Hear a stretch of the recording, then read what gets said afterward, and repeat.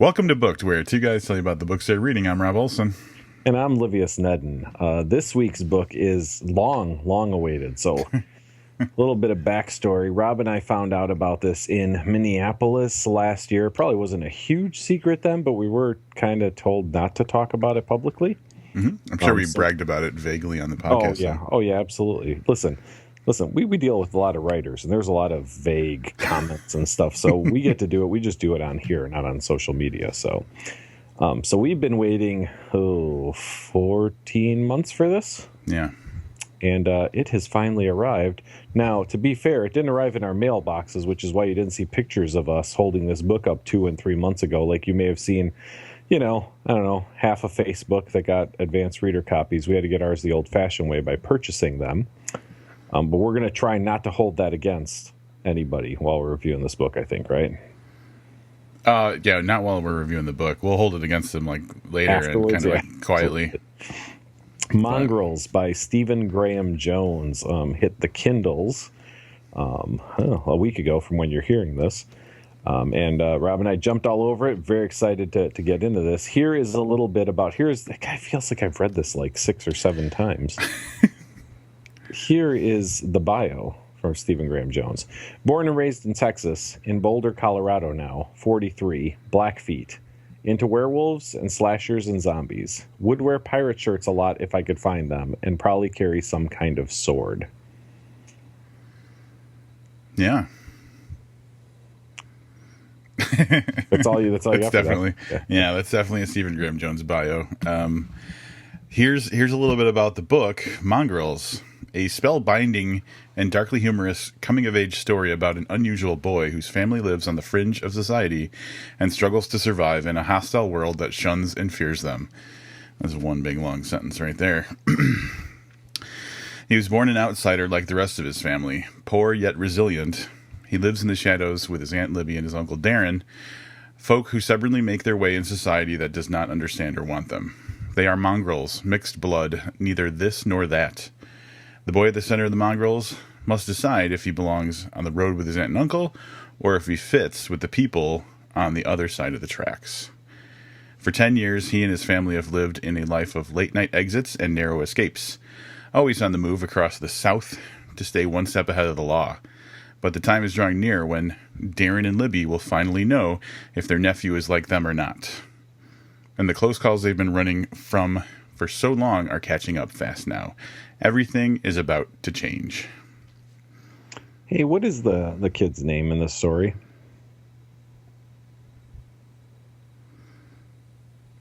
That awkward silence is probably the same thing it just occurred to me that it's an unnamed protagonist. I'm pretty sure I'm right on this, right?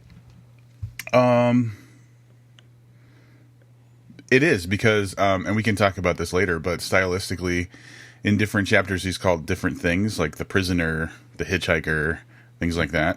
Yep, the reporter. Yep. Yeah. It just occurred to me while you were reading this. I was like, I want to talk about this kid, and I don't know what to call him. And then I realized it's not in the synopsis, although they named the aunt and the uncle. Plenty other characters with names in the book. Yeah. So we start off with an 8-year-old protagonist who is basically kind of recounting what's going on in his life currently through maybe a series of stories or things his grandfather says and or does. Life lessons, tall tales, seemingly that kind of thing. But seems that his grandfather claims to be a werewolf. Yeah. It starts out ambiguous. So as his grandfather is telling these stories, it's presented as just a crazy grandfather who's telling crazy grandfather stories just to get a rise out of people. What does he say? Talk him around the house or something like that? Talking people around the house. Yep.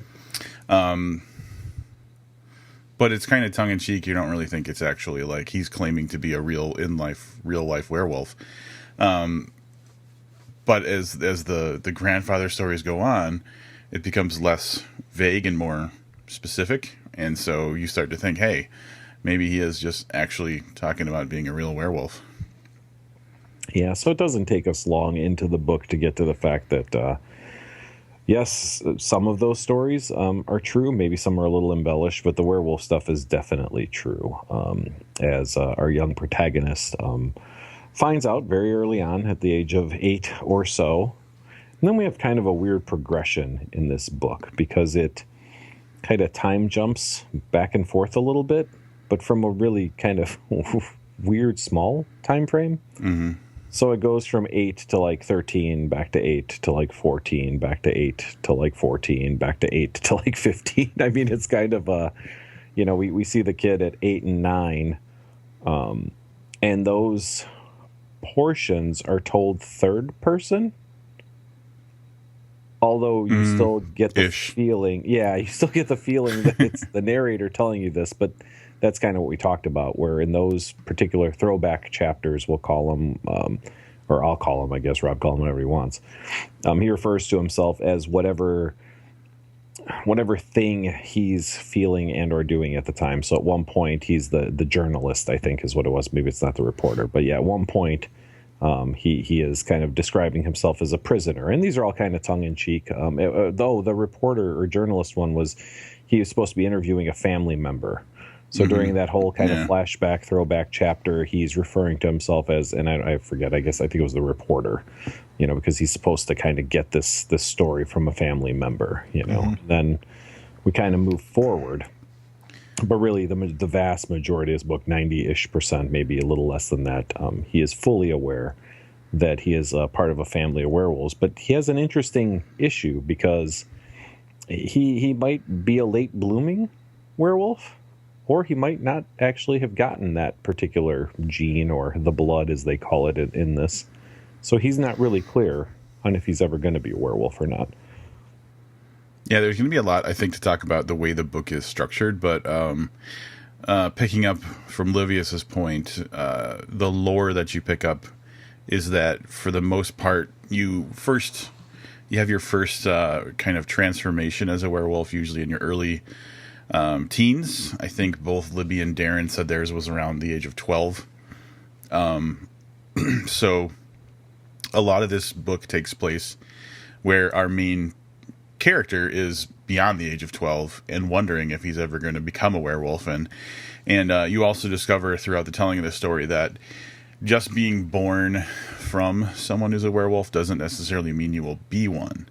There's a chance that you don't get that gene or whatever you want to say it is.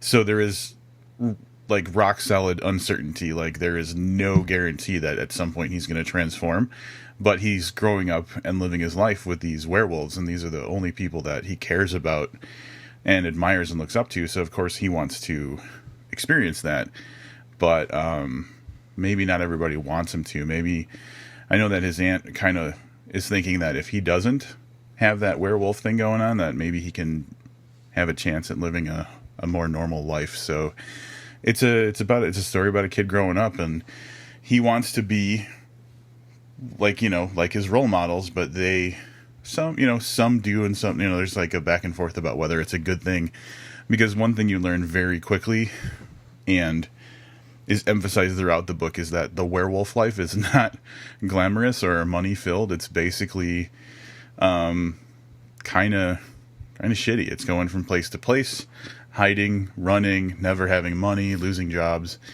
being chased, being threatened, and stuff like that. So the idea of him maybe having a non-werewolf life might be a little easier.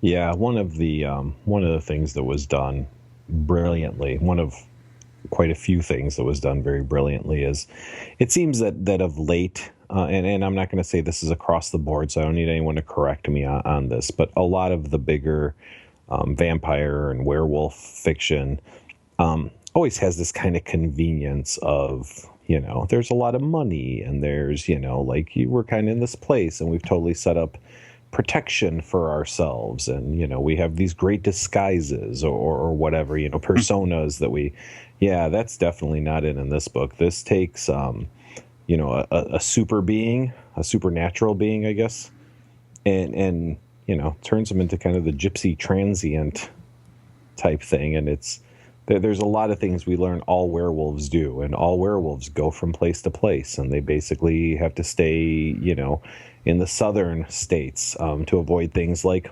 wolf prints in the snow and shit like that. I mean, so there's a lot of really well thought out, really down to earth. If werewolves were real, this seems far more likely than maybe some of the other things. When we read Last Werewolf and Tallulah Rising right, and all that. Yeah. Right, yeah. Glenn Duncan Millionaire, butler, security, access to helicopters, right? That's what it was, because he'd been around for a long time, and it's kind of the same thing. Twilight, the werewolves were all part of the Indian reservation, but they had their own built-in kind of security. Like, they were safe as long as they stayed amongst their own people. There is none of that here. There aren't your own people. You have a family.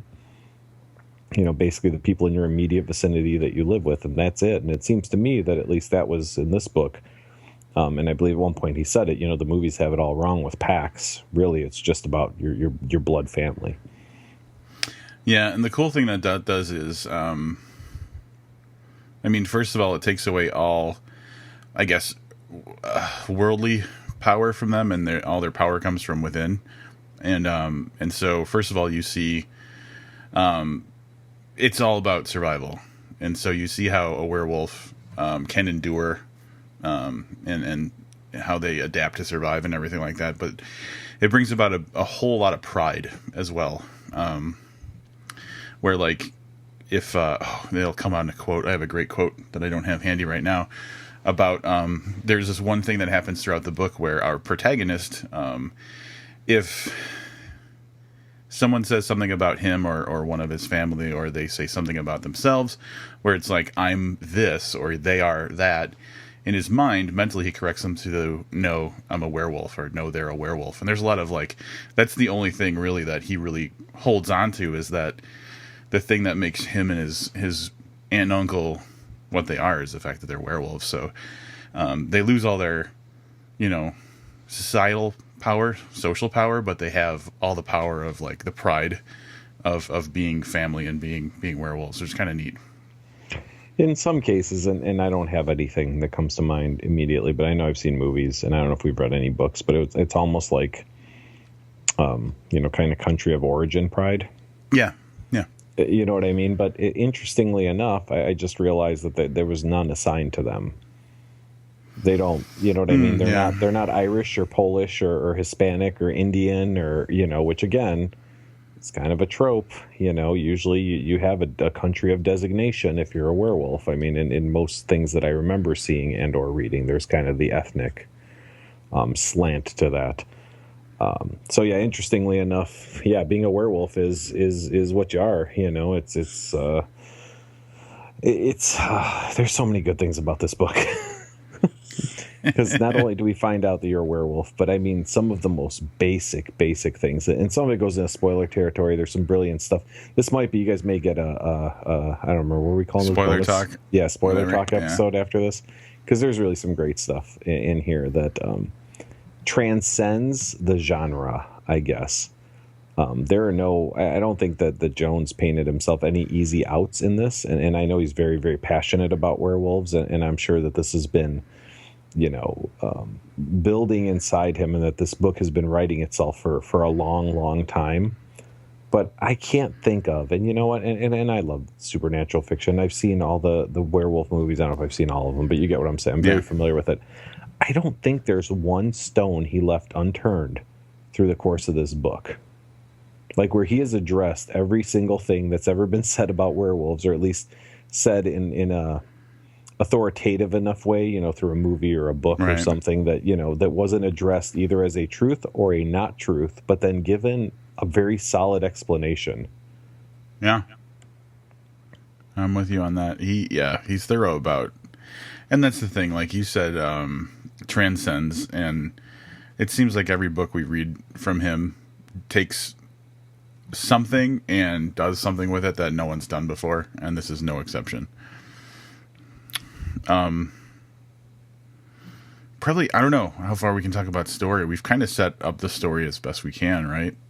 I think we could talk a little bit about Yeah, about the other two characters, because they're very important in his development and to the story, because they're very contrasting characters. So you've got Darren, Uncle Darren, who Darren and Libby and the protagonist's mother were triplets. Yeah. His mother died at childbirth, so he doesn't know his mother. So he kind of attaches, and of course, Libby is her twin, so he kind of attaches that maternal thing to her. She's very protective and very reasonable through large portions of the book, but there's times where her temper rises and she maybe acts out. But she's the one who's trying to kind of keep shit together, looking after him and making sure he has everything he needs. On the flip side, you have his Uncle Darren, who is really a werewolf. Like he believes in that life. He goes out pretty much nightly and hunts and uses his werewolf abilities for I don't want to say for gain, but in order to provide. Yeah. And Libby doesn't nearly as much. He's far more conservative, while Darren is the kind of outlandish uncle that is that we've seen and maybe had. I don't have an uncle, but you know what I mean, that crazy kind of uncle that's down for whatever and does all the weird and goofy shit and dangerous stuff. That's Darren, the bad influence. Yep. And Libby is she's far more reserved, and she's the one that's trying to figure out where their next meal is coming from and when they're going to have to skip town, which is every chapter basically. They have to leave town at some point and move on. In many cases, because of things Darren has done. Mm-hmm. Yeah. And you learn early on that essentially they can't stay anywhere too long because, as far as how they survive, Libby gets, minimum wage jobs. Darren sometimes works as a truck driver, but for the most part, he hunts for their food. And I think the only hunted food that we really see anybody eating for the most part is like hot dogs. Hot dogs to actually make a big appearance in this book, a very frequent appearance in this book. But they're living in the South in different places where a farmer is gonna realize that someone's stealing their livestock and then go after people for it, so they can't stay in one place for too long.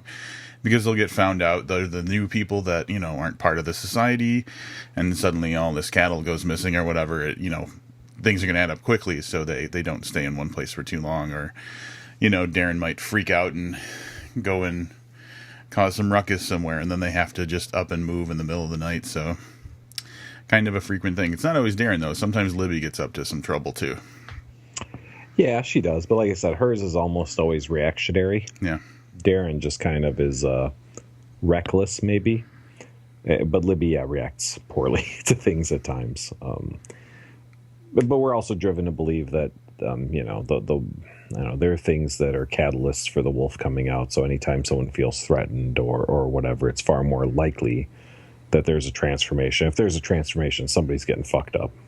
It's the bottom line. Yep. And the term wolf out, I like that. Wolf out. Yep. When you wolf out. I know I'd heard it before I read this book, but I can't remember where, but it just fits so well when you wolf out. Yep. Sprinkled throughout, there are some other minor characters, like Libby's got an ex named Red, who is also a werewolf, who is just a bad person.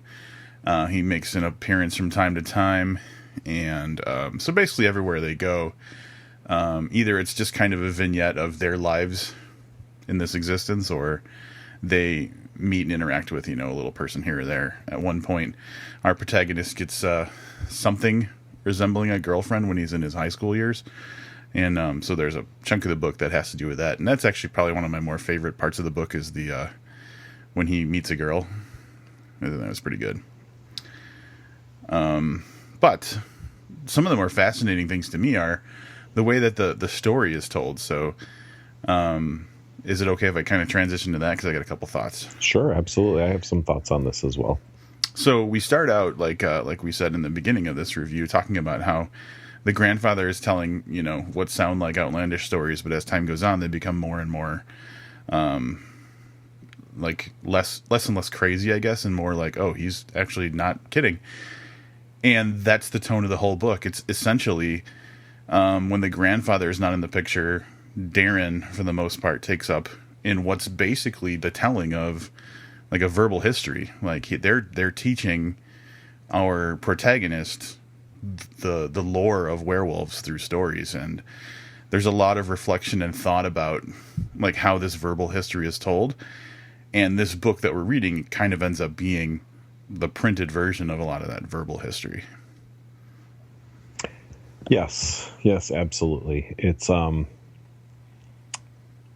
love the grandfather stories and how even later in the book the protagonist relates back, and there are some great quotes, and I'm hoping that if I didn't capture them, you did.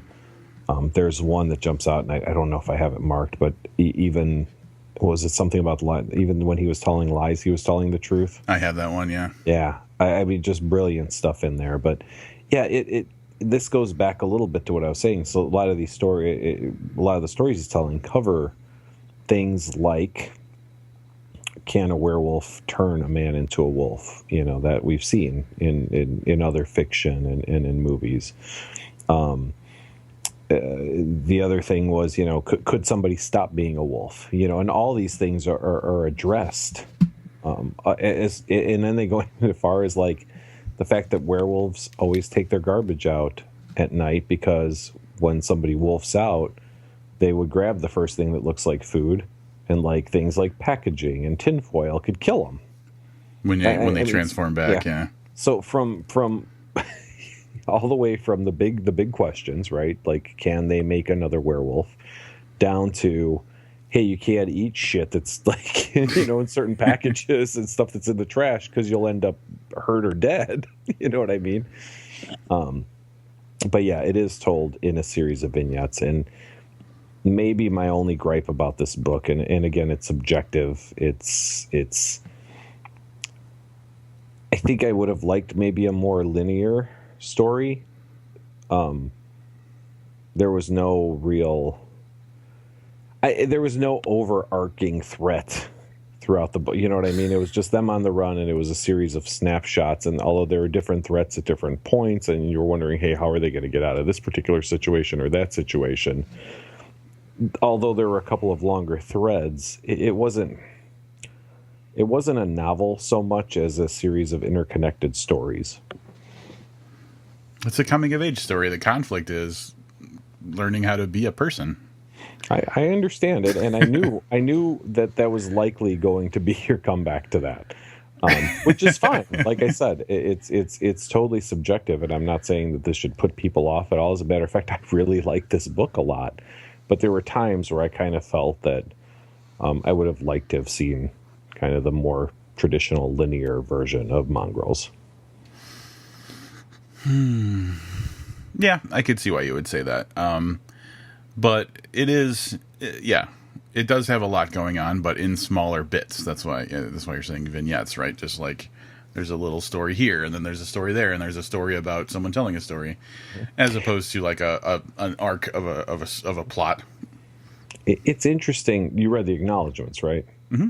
It's interesting that he mentions Knock 'em Stiff. Yeah. Because I was thinking about those kinds of books, and there's a few that we read that way. Crimes in Southern Indiana, Knock 'em Stiff. I think there was something else we read that was kind of that same kind of tone. Because I was thinking about not those books specifically, but that style of writing when I got to halfway and decided this isn't going to ever become that traditional.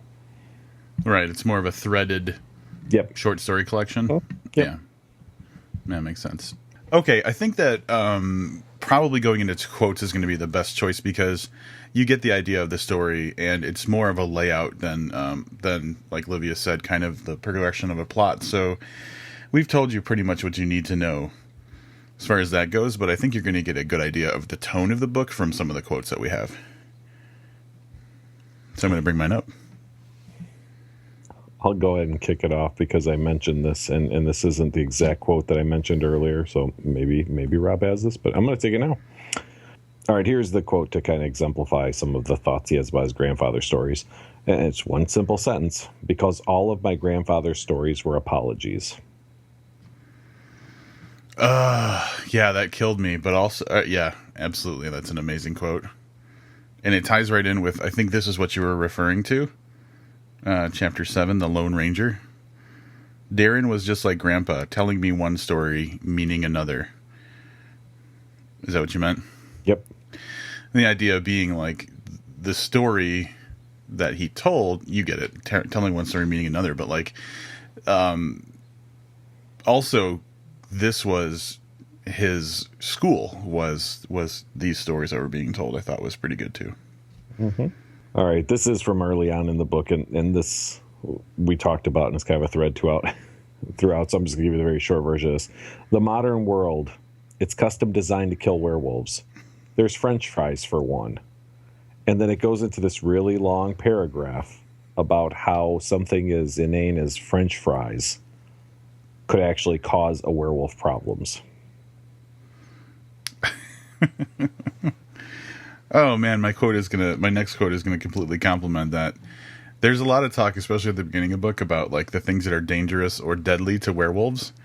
And he'll kind of explain what it is, and it sounds ridiculous, but then he'll explain it, and you're like, oh yeah, I could see where that would be a big problem.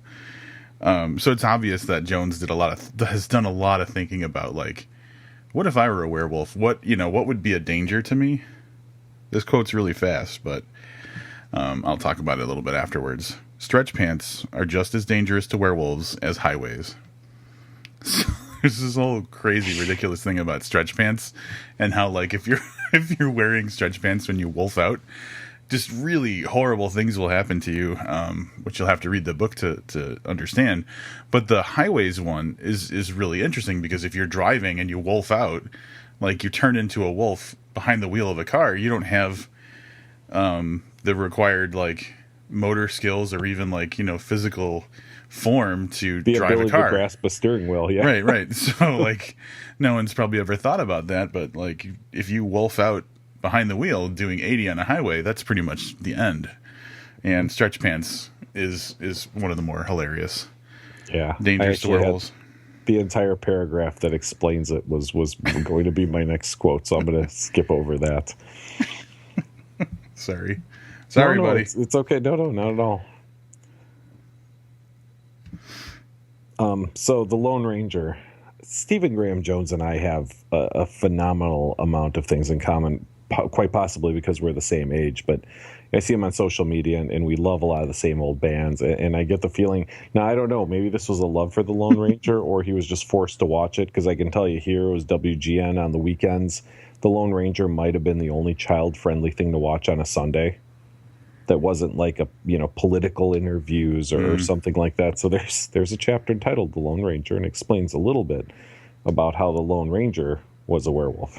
For that last gasp of the Old West, when trains and horses were both there at once, and hand crank movie cameras too, the Lone Ranger was a werewolf, and the worst kind, a self-hating one.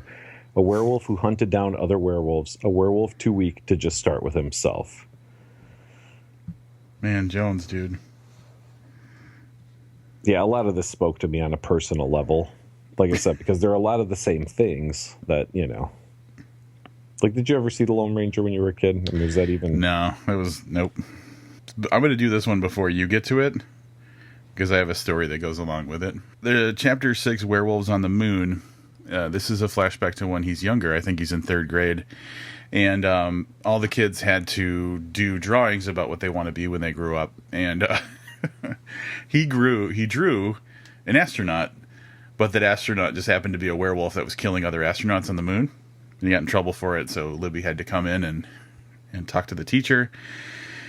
And the teacher says, and it's not that I don't appreciate the humor of it, she says, sitting back but keeping the ant in her teacher stare, if werewolves were real, then of course putting one on the moon would have disastrous effects. And that's hilarious, right? Absolutely. Did I text you a picture earlier today? You did not.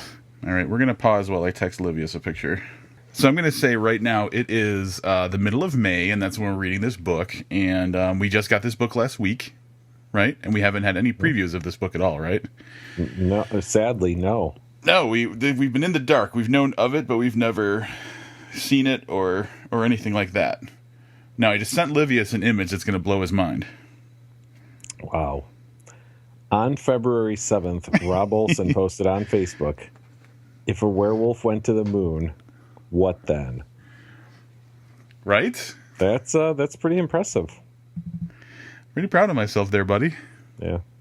I wish some of these comments were as impressive as your original thought. So. Yeah, sometimes the quality of our friends. It's actually a bunch of like, some of them are friends of the podcast. Yes, three of them are. Anyway, yeah, that's super interesting. But yes, so me and Steven have a couple of things in common too, I guess. Apparently, yes. Apparently. This next one is I don't know. The next two I thought were really indicative of the main character's kind of thought process, and since this is pretty much all narrated by him, but like we had said before, some of them kind of first person, or some first person, some kind of weird third person. This is the protagonist is talking to Darren, to his uncle. This is happening during a conversation with his uncle. This is his inner dialogue. I took a bite of my hot dog. Hot dogs are quiet. You can chew them and not miss anything your uncle's about to tell you. So I think it's great because it gives you the mindset of the protagonist. This is the type of inner dialogue or inner monologue, whatever, that he has throughout the course of the book. But I really like this because I thought it was indicative of he absolutely hangs on every word that is his uncle says all the time, because he's enamored by his uncle, even though his uncle picks on him and stuff. He idolizes him, and he wants to grow up to be a werewolf. And this is his one connection. Libby won't give him a lot of information and tries to kind of shush Darren when he is, kind of imparting anything but absolute safety precautions to him. So I thought that was a really great line. This other one is the same thing, but I just love the concept behind all of this, and I don't know that I'll do it justice without reading up to it. His uncle is telling him something, and he's not always sure what to believe when his uncle says stuff too. So this line is probably my favorite line in the whole book. He told me this over a bowl of vanilla ice cream we were supposed to be splitting, though, so I don't know. Indicating that he didn't know if his uncle was just trying to get more of his ice cream from him, or I thought that sums up the main character and the relationship between him and his uncle perfectly. I love it. That one got past me somehow, but I like it anyway. Here's a little bit of a more serious one. So this is obviously because of the idea of the book. There's a lot of time spent thinking about him becoming a werewolf and how much he's excited about it, and I talked a little bit about that earlier. And this is just him kind of realizing more what it means to Darren and Libby if he were to become a werewolf, and what it means to himself. When you're a kid, facts don't matter. It's how hard you believe, how much you wish. For Darren, shifting that first time, it was a dream come true. For Libby, it was the nightmare starting. So they're kind of thinking about he's thinking about how they reacted to becoming werewolves themselves. And I think there's definitely, shadows of that in how they feel about our main character becoming a werewolf. So that's pretty cool. And then I've just got a couple of tough guy ones to end off with. So you have any more, Olivia's? I do, actually. Go for it. Can I just say, though, first that I love that quote that you just did, and it plays into kind of a theme throughout the book where saying things might make them be. Yeah. So some of it is his uncle just yelling answers at game shows. And, yelling it true. Yeah. So great stuff there. Darren had never taken one single hour of geometry in his whole stupid life, but he knew about the shortest distance between 2 points. He knew where I was, and that's Darren coming to save him at one particular part, but I thought that was just worded beautifully. Yeah, that was really good. I'm going to do 2 quick ones just to wrap up my quotes. I had about 30 total, so this is way less than, but I actually marked down the ones I wanted the most this time, so I didn't have to go searching like an idiot like I always do. Just a couple of more like tough guy kind of quotes to round things out. The first one, I would have cried, except I'm a werewolf. And that's kind of a theme throughout, is at these challenging and hard or sad moments, it's more like he's telling himself than remembering being told. werewolves don't cry. So I like that line a lot. And then just, again, kind of like the hero worship of his Uncle Darren, I really like this line a lot. Of the two things he wouldn't take from anybody, one was directions, the other was advice. Great stuff right there. Yeah. I have 3, and I'm going to narrow it down to 2, but I don't even know how to rightly do that. So this one is just great. Long story short, the protagonist is he's watching somebody he's watching an RV, a recreational vehicle, an RV. There'd been a raccoon out there with me watching the RV as well, casing it like they do. I hissed at it to split, and it hissed back. Just wait, I told it in my head. Brilliant. That's good stuff. So I've got funny and I've got serious. We're going to go with funny, or maybe fitting. This is they come across another werewolf. I don't even know what else to say. I don't know if that's spoilery or not, but I think the quote gives it away. This time it was a werewolf. His hair was perfect. Oh, I didn't know if you were going to get to that or not. Yeah, it was between that and another one, and I was like, how else can you possibly close this out? Interesting story. I used to tell people when I was much younger that that Warren Zevon song "Werewolves of London." Mm-hmm. I would occasionally refer to it as the Romanian national anthem. I once told that to a girl, and she believed it. Oh, that's amazing. Yeah. It's about London. I know. That's the best part. I mean, like, all right. She wasn't the sharpest. No, she wasn't the sharpest werewolf in the pack. Why don't you go ahead and kick off wrap-ups? Oh, man. Oh, it's London. All right, so before I start my wrap-up, I just want to point out that this is our 7th Stephen Graham Jones book review.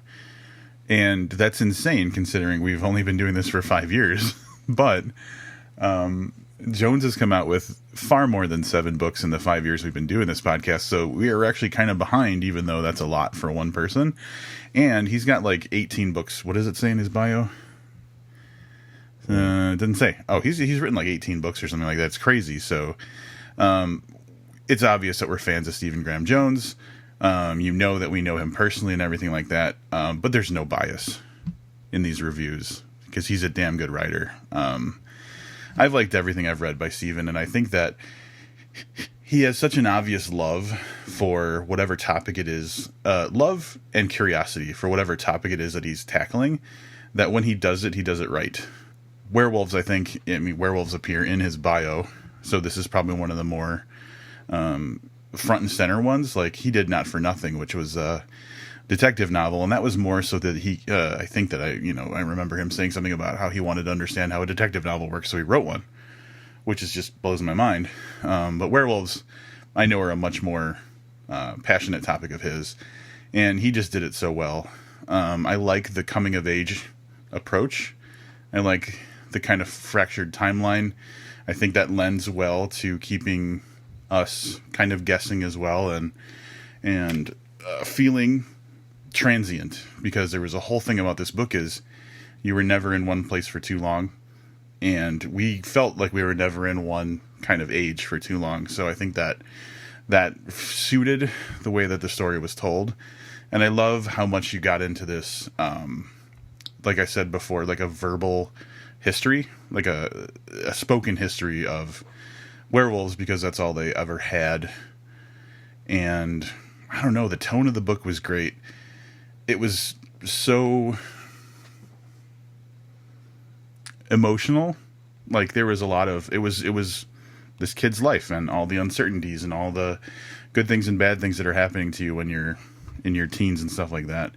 But just kind of wrapped up in a weird, kind of goofy, funny, but sometimes very serious werewolf story. Really gory stuff happens, really serious stuff happens, funny stuff happens. So it's your typical Stephen Graham Jones book, and it's just really well done. I can't think of another, rating I would give it besides 5 stars.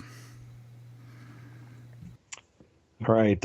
Yeah. Seventh Stephen Graham Jones book. And as I look at the titles, no two are even remotely like the other ones. And I mean, one of them's a collection. So, I mean, that's kind of a little different, but all of them, I don't want to say different genres, but yeah, in some cases, man, even different genres. This one definitely felt like it was close to his heart, and maybe he's fooling us. I mean, Rob mentioned werewolves are in his bio, but there's a part in the book. Here's my attachment to werewolves. There's a part in the book where a character has done some research on how to become a werewolf. And I remember being in probably 7th or 8th grade and trying to find out how I could become a werewolf, and I'm willing to bet that Stephen Graham Jones did the same thing at some point. As a matter of fact, some of that information may have come from the same weird occult book I was able to find because it all sounded very familiar. So I've had an affection for werewolves since I was a little kid. This is the consummate book on werewolves. The Last Werewolf was a great book, and it was a great story for what it was, but this one addresses the everyday needs of today's werewolf, I guess, and it's done brilliantly. We could probably spend half an hour talking about the little quirks and things, about what, French fries. We talked about trash cans, and there's a variety of other things that come up in the book. But this is definitely someone who really, really cares about this topic, writing about it. Although I mentioned I would have liked to have seen a more linear novel, I'm sticking by that. This was still brilliant in the way it was told and very engaging. And I highly doubt that anybody who reads this and that encounters werewolves in fiction, hopefully, or movies or whatever, will be able to not immediately use this as a frame of reference if they want to or not. Of the books, of the 7, and the only Stephen Graham Jones books I've read are the ones we've reviewed on here, this definitely felt to be the most polished. All the other ones, I almost think I could have read them and thought Stephen Graham Jones. This one had a little bit different. It had a little more polish on it, and it is probably why we'll see this to be a little more mainstream, I think. I really, there's other than the vignettes and stuff, there's nothing I can find wrong with this book. And even with my little gripe about that, I still think it's a 5-star book. Excellent. All right. Not a lot else going on this week, but we do want to say our friend Paul Tremblay, Bram Stoker award-winning Paul Tremblay, is now how we're going to have to... Yeah. How we're going to have to refer to him. Rightfully so. I know he was nominated for The Little Sleep, but that was like 10 years ago, which just being nominated is a huge honor, but he took that shit home over the weekend. He literally, I'm guessing, literally took it home. Because he's probably back home now. I don't think he was there. Oh, okay. Yeah. I watched some of that. First of all, this is the second year in a row where they apparently have trouble with what time that starts. Oh, no, seriously? You tune in at the starting time, and it doesn't actually come on until like half an hour later. And I got to tell you, man, I don't know if we'll ever be at the Stoker Awards. There's some boring shit happening right there. Was the live stream a problem? I didn't watch it this year because I knew the live stream was so terrible last year. No, it was... No, the streaming itself was okay. It was the awards. Yeah, it was a little rough, man. Awards equals boring. Mm-hmm. Now, I will say that I don't know if this is... more congratulations are due to Paul for this, but Stephen King, who had tweeted about how the book scared the hell out of him a couple of months ago, tweeted to congratulate him, and I'll read you that tweet. Congratulations to Paul Tremblay, who just won the Stoker Award for A Head Full of Ghosts. Told you it was good. That's got to be almost as cool as getting the Stoker Award, I'd have to imagine. Stephen King just made the Stoker Award look like second place in something, I guess. Yeah. I'm guessing, right? Yeah, I can only... I can't even really imagine what it'd be like. I mean, regardless of who Paul's favorite horror author is, I mean, Stephen King, that's it. You don't get bigger than that. It's like God himself congratulating you on something. Yeah, pretty much. So, congratulations, Paul. Our piddly little congratulations, comparatively, at least to Stephen King. Well deserved, sir. Well deserved. Yeah, great book. Looking forward to Disappearance of Devil's Rock, which is coming up next month. Thought you were going to say A Head Fuller of Ghosts or something, the sequel. A Head More Full of Ghosts. Yes. Yeah, so we definitely we have copies of that. This time to be fair, from the publisher, Yeah. which is cool, which is really the way it should be. Listen, writers, if you're listening, you've got a resource here. You've got guys who review books. We shouldn't have to chase them down. When I swear to God, I see guys, I'm like, I've never seen this person ever review a book, but there they are with an arc of something and a picture next to them, and it drives me goddamn crazy. All right, but I thought I changed your tone on this because I think I made a very valid point in the past. I don't know if it was on or off the podcast, but they probably asked for them. And that's why they've got them. No, you did mention that, and yes, you're right. They probably did. We know who don't. you're talking to, right? We don't ask for stuff. It didn't change my opinion. All right. Well, I'm just gonna. Well, I made that. Then obviously, my next choice was I'm going to request for books separately for both of us. Mm-hmm. So I'm asking on your behalf. Yeah. And it's been working so far. We're getting books now. Yeah. Hachette Books does book 3 in some kind of weird science fiction fantasy fucking trilogy. No, we got this one, The Disappearance of Devil's Rock. I know. Soul Standard. I couldn't even understand how that Hachette book came out. I don't get that either. I'm still just really confused by it, but we're not reviewing that, by the way. I don't know if I mentioned. I am nixing. That's all right. You're Nixon? Nixon in China? Isn't that a thing? I don't know. I have no idea. But speaking of China, it's not Nixon in China. It's McRae in China. Yeah, our buddy. Yeah, Ryan is in China doing undisclosed stuff for 3 months. Undisclosed. Undisclosed stuff because he didn't really say what he was doing very specifically, but he is traveling for work. All I know is all I heard from Ryan is, I don't know. I'll talk to you in 3 months. I don't know what internet's like. I don't know if I'll be able to use the internet. Blah blah blah. And apparently in China, you're only allowed to use the internet 42 times a day to post pictures of the fact that you're in China, with things saying like, "Oh, look at how boring this is," and then he's standing in the middle of, I don't know, the Ho Chi Minh Trail or something. I don't know, whatever.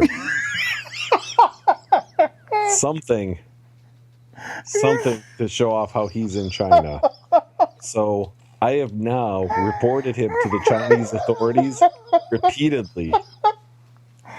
So if you've been seeing stuff on the internet from Ryan, won't be for long. He'll probably be arrested and hung.